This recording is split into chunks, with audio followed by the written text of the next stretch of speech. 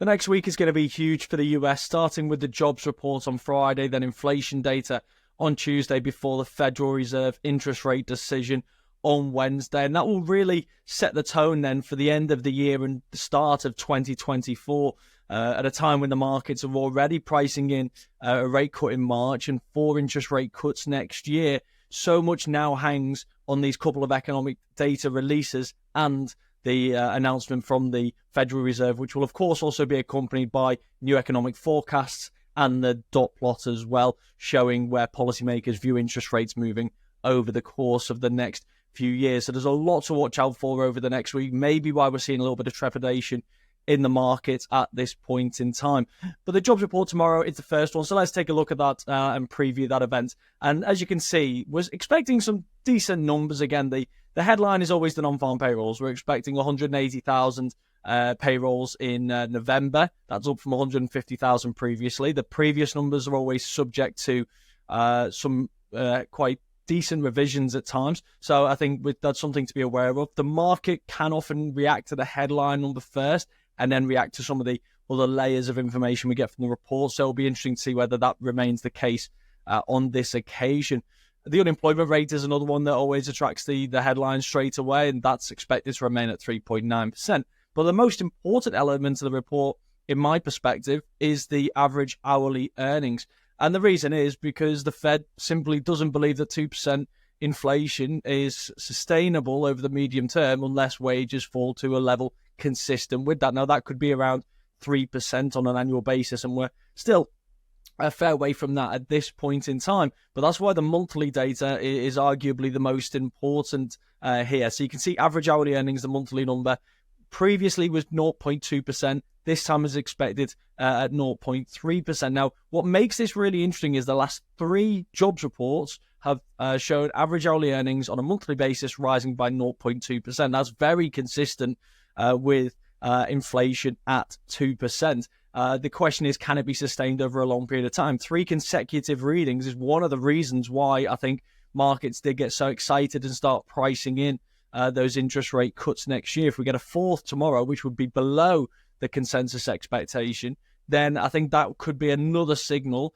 that wage growth has now fallen to sustainable levels. And while the annual reading of 4% may suggest otherwise, taken over the last 4 months, the average of those would suggest that we are falling back to levels that are consistent and will enable the Fed to potentially change its position at the meeting on Wednesday, and also it will affect things like the forecasts and the dot plot too. So they're the elements of the jobs report which I think are going to be highlighted tomorrow, both the ones that take the headlines and then also I think the one area that will, in my view, be the most important and have the most sustained impact on the financial markets.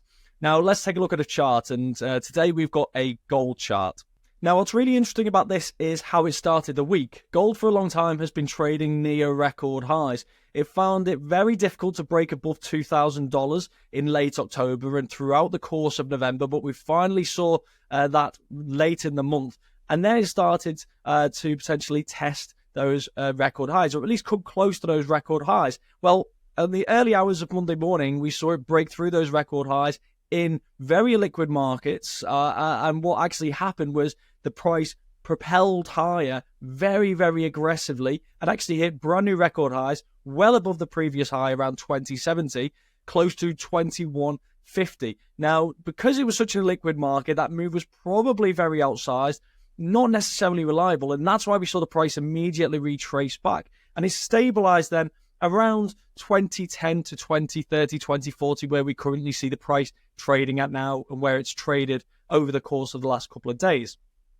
Now, what makes that support interesting is the fact that it was such a major barrier of resistance in October and November. So the fact that it found support here is not entirely surprising.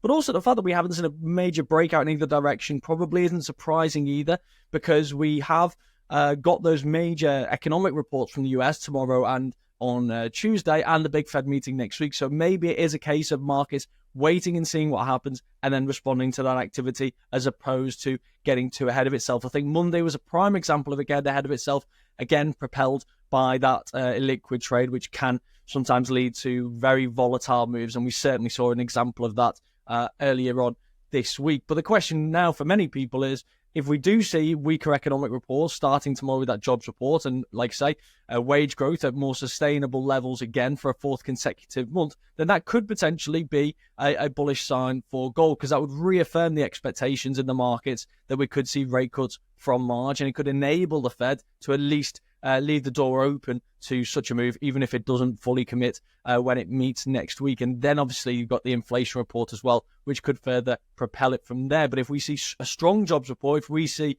very strong jobs growth, low unemployment, and wages, say 0.3, maybe even 0.4%, then that could potentially cause a bit of a stir and see markets paring back some of those very bullish expectations now for 2024. And that could be where we see that $2,000, 2010 coming under a little bit of pressure again, because it would, again, the pressure would mount ahead of that inflation report next week. So this is going to be a real interesting one to watch. I don't think there's a better gauge out there at this point than gold for how people view interest rate expectations going forward. Of course, you can look at bond yields, etc. But in terms of things like the commodity markets and the FX markets, I think gold is the clear front runner in terms of how you are seeing markets perceive the economic data and what it ultimately means for interest rates in the US.